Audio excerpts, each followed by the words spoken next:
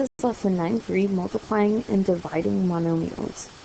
When multiplying powers with the same base, add the exponents.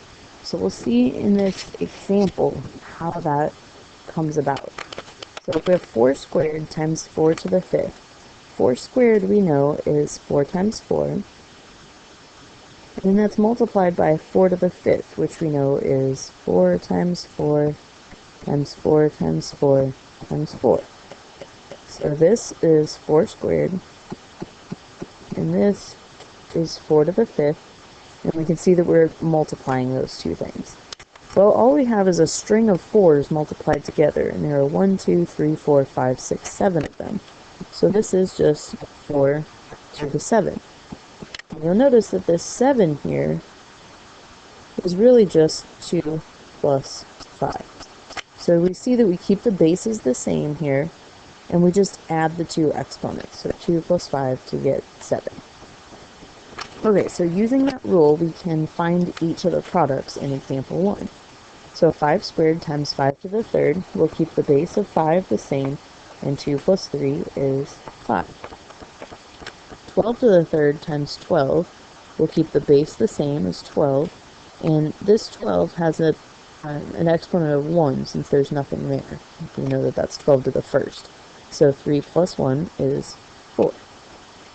Here we have y to the 6th times y to the 3rd, so the base y will stay the same, and 6 and 3 is 9.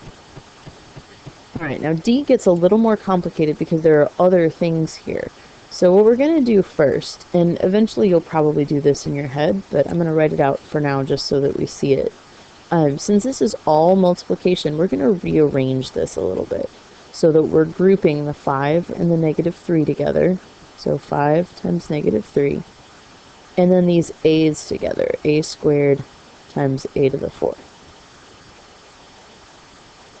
And if you remember the properties that we learned a long time ago, this is the commutative property that allows us to do that. It says you can multiply in any order.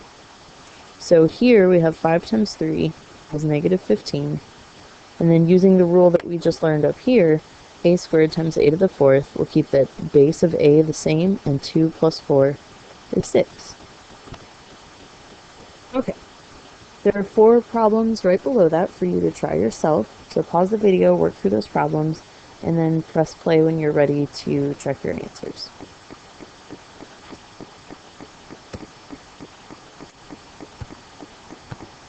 Okay, for these you should have gotten 3 to the 10th, 7 to the 9th, y to the 5th, and negative 6 p to the 7th. Okay, there's also a rule that applies when we are dividing powers that have the same base. So here we see 5 to the 6th divided by 5 squared. And again, we can expand those just to see what the pattern is with that, just like we did with multiplication. So 5 to the 6th we know is 5 times 5 times 5 times 5 times 5 times 5. 6 factors of 5. 1, 2, 3, 4, 5, 6. 5 squared we know is 2 factors of 5, just 5 times 5. Okay, and you'll remember back from when we dealt with fractions that you can cancel common factors in the numerator and denominator of a fraction. So I can cancel one pair of 5s, and I can cancel another pair of 5s, and then that's all I can cancel because there's nothing left in the denominator. So now we can look at what we have in the numerator. That's 1, 2, 3, 4 5s. So that's just 5 to the 4th. And you'll notice from our original numbers that we started with, 4 is just 6 minus 2.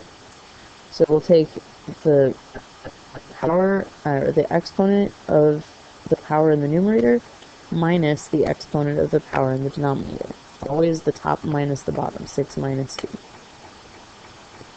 Alright, so let's use that rule to work through example 2. Find each quotient. So here we have 3 to the 9th over 3 squared. And since they have the same base, we know this is 3, and then 9 minus 2 is 7. Here we have b to the 7th over b to the 6th. So again, the same base, we'll keep b the same, and then 7 minus 6 is 1. Or we could just write that as b. We don't actually need to write the first power. Okay, there are 2 try-it-yourself problems here for you to do. Go ahead and press pause, work through the problems, and then press play when you're finished.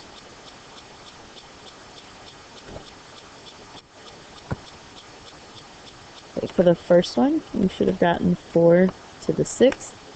And for the second one, x to the 11th. Okay, let's look at one last example. This says the Mississippi River is approximately 3 to the 7th miles long. The Kentucky River is 3 to the 5th miles long.